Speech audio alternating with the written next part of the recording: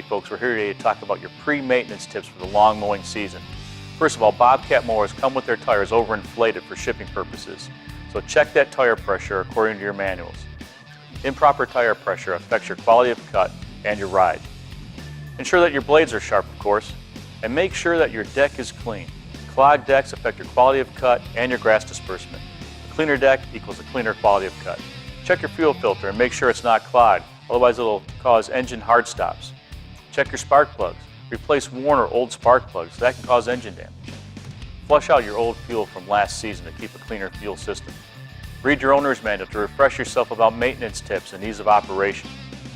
And finally, contact your local dealer if you have any questions on that. They can help you get up and running for the long season. Thanks for watching. For these and other tips, check out bobcatturf.com. Stay fiercely independent. Enjoy the long season.